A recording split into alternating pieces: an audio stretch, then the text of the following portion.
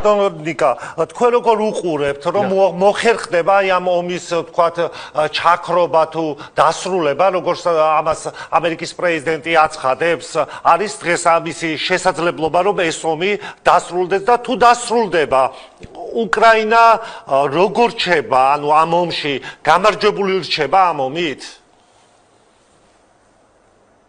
ომი შეიძლება დასრულდეს თუ რუსეთი გაიყვანს თავის ჯარს უკრაინის ტერიტორიიდან, ყირიმის ნახევარკუნძულის ჩათვლით. წინადარ შემთხვევაში, ხო? ესე იგი ომი ვერ დასრულდება, ხო? რა თქმა უნდა, არავის არ აქვს სურვილი, რომ იღუპებოდნენ უდანაშაულო მოქალაქეები, ადამიანები იღუპებოდნენ, მაგრამ რეალობა არის ის, რომ რუსეთმა უნდა გაიყვანოს საკუთარი ჯარები. როგორც შეიყვანა შესაბამისი ჯარები უცხო სუვერენ ქვეყნის ტერიტორიაზე, ასევე უნდა გაიყვანოს. ხო, ისე როგორც პატარა რუსეთ-საქართველოს კონფლიქტი. როგორ შეიძლება საბოლოოდ დასრულდეს, ხო? იმ შემთხვევაში თუ საქართველოს ტერიტორიალობა აღდგება. თუ საქართველოს ეს გაიყიდება კონფლიქტი, მაშინ ესე გამოდის? გაიყიდება ეს კონფლიქტი თუ ასე გამოდის? რაღაც პერიოდი შეიძლება. ეხლა ტრამპის განცხადებები იყო утоპიური და მე მინდა გითხრათ პოპულისტური. უბრალოდ ამერიკის მოსახლეობაზე ითამაშეთ, რომ ამერიკის მოსახლეობის ნაწილი თვლის, რომ უკრაინა არის შორს ამერიკისგან და რატომ გამოიყოფა თქვათ რამდენიმე მილიარდი ათეულობით მილიარდი დოლარი უკრაინის დასახმარებლად, როდესაც ეს თანხა შეიძლება მოხმარდეს რიგით ამერიკას, თქვათ, ხო? თუ ტრამპმა განაცხადა, რომ აი ომს დავასრულებ, ანუ აქედან გამომდინარე, თქვათ, შემცირდებოდა ხარჯები უკრაინის დასახმარებელი ხარჯები. ხო? მაგრამ თუ ასე ბაქიფუქობდა, ასე თქვათ, აი ეს ტერმინი რო გამოვიყენოთ, ხო?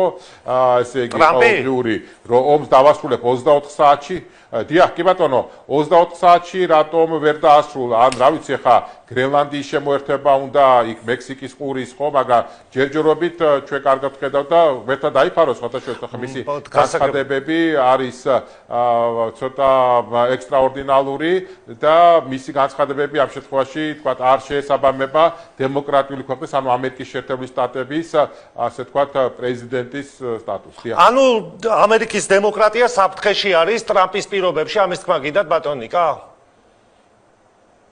კი, დიახ, ამის თქმა მინდა, იმიტომ რომ განცხადება, რომ რაში ჭირდება დანიას გრენლანდია და პანამის არხზე ამერიკული კონტროლი უნდა დამყარდეს და ღაზას სექტორიდან უნდა გავიდნენ მოქალაქეები და იქ სხვა ადამიანები უნდა დასახლდნენ და კანადა უნდა გახდეს ამერიკის შეერთებული შტატების შემადგენელი ნაწილი, აღნიშნული განცხადებები ეწინააღმდეგება საერთაშორისო სამართლის ძირითად პრინციპებს, ქვეყნების სუვერენიტეტის და ტერიტორიალობის პრინციპს. აქედან გამომდინარე, მე ვფიქრობ, რომ ამერიკაში, რა თქმა უნდა, რუსეთისგან განსხვავებით ძლიერი დემოკრატიული ინსტიტუტები არსებობს, ამიტომაც ტრამპს ალბათ მოეთხოვება პასუხი ყველა იმ განცხადებაზე, მათ შორის პოპულისტური განცხადებებზე უკრაინასთან დაკავშირებით, უკრაინამ ომი ვერ აიცილა, ანუ როგორ აიცილებინა ომი და ზელენსკის უნდა ეთქვა პუტინისთვის, რომ იცი რა დაეწმუნებინა როგორ, რომ იცი რა ომი ცუდია და მოდი რა ხალხი რა სიტყვის, რა სიცხვილია რა, ეხა რო შემოიჭრა უკრაინა ხალხი რა სიფიქრებს, ნუ ეხა და რა გასაგებია